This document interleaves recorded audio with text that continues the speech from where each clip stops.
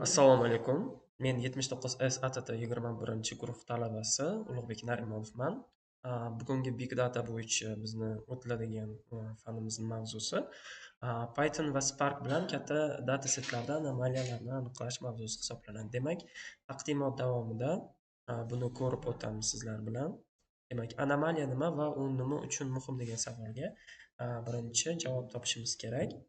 Anomaliya ma'lumotlardagi kutilmagan normal holatlardan chetga chiqqan g'ayritabiiy nuqtalar hisoblanadi. Ular odatda xatti-harakatlardan sezilarli darajada farq qiladi. Muhimligi moliyaviy firibgarlik, tarmoqlar hujumi, sanoat nosozliklarini aniqlashda asosiy vosita hisoblanadi. Anomaliyalar erta ogohlantirish belgisi bo'lishi mumkin. Katta hajmdagi ma'lumotlarda anomaliyalarni tez va ishonchli aniqlash qiyin, lekin aynan shuning uchun bu jarayon juda katta ahamiyatga ega hisoblanadi. Apache Sparkda katta ma'lumotlarni qayta ishlash uchun kuchli platforma hisoblanadi. Demak, Spark katta hajmdagi ma'lumotlarni klaster bo'ylab parallel ravishda qayta ishlash imkonini beruvchi tarqatilgan hisoblash tizimi hisoblanadi. Bu tezlik va miqyoslikni ta'minlaydi. Python Spark va MLlib Python PySpark ya'ni bilan mukammal integratsiyalashgan. Uning MLlib kutubxonasi mashinani o'rganish algoritmlari, jumladan anomaliyalarni aniqlash uchun vositalarni taqdim etadi. Spark Streaming yordamida real vaqtda ma'lumotlar oqimini qayta ishlash mumkin. Bu tezkor anomaliyani aniqlash uchun ideal hisoblanadi. Shuningdek, u to'plamli ishlov berishni ham qo'llab-quvvatlaydi. Anomaliyani aniqlash uchun mashhur usullar bu K-means klasterlash, isolation forest, local outlier factor hamda Spark MLlib implementatsiyasi. K-means klasterlash ma'lumotlar nuqtalarini klasterlarga ajratadi. Normal ma'lumotlar klaster markazlarini yaqin joylashgan bo'ladi. Anomaliyalar va uzoqda joylashgan nuqtalar sifatini aniqlaydi.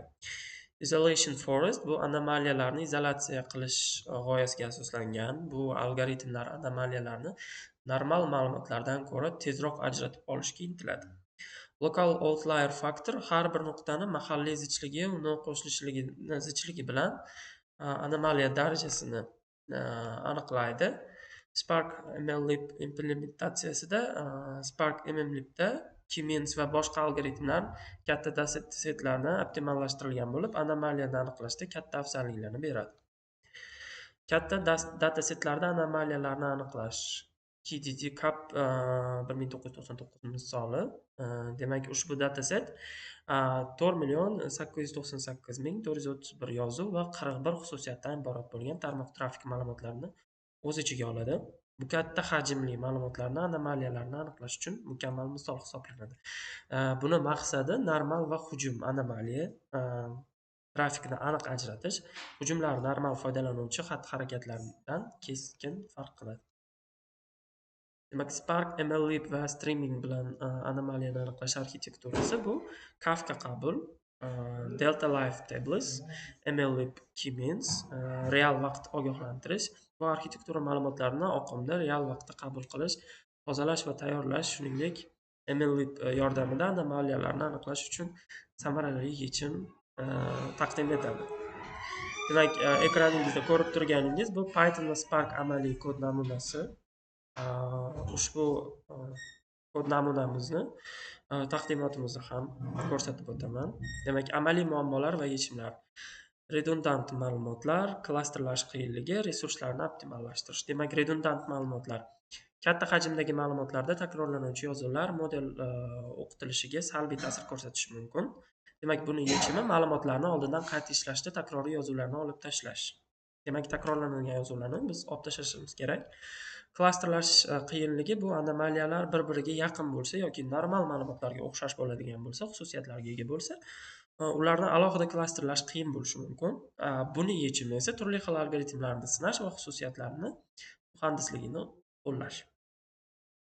Resurslarni optimallashtirishga keladigan bo'lsak, modelni doimiy yangilash va real vaqtda ishlash uchun Spark klasterida resurslarni samarali boshqarish mumkin. Buni yechimi esa klaster konfiguratsiyasini optimallashtirish va avtomatik masshtablash, autoscaling ni qo'llash kerak bo'ladi. Anomaliyani aniqlashni sanoatdagi qo'llanilishi bu mana asosiy 3 ta narsani keltirib o'tsak, bu kiberxavfsizlik, sanoat monitoringi hamda moliyaviy soha. Kiberxavfsizlik bu tarmoq hujumlarining shubhali faoliyati va buzilishlarni real vaqtda aniqlash orqali tizimlarni himoya qilish hisoblanadi. Sanoat monitoringi esa uskunalarning nosozligini, ishlamay qolishini va optimal ishlashdan chetga chiqishini erta aniqlash, texnik xizmatlar ko'rsatishni optimallashtirish.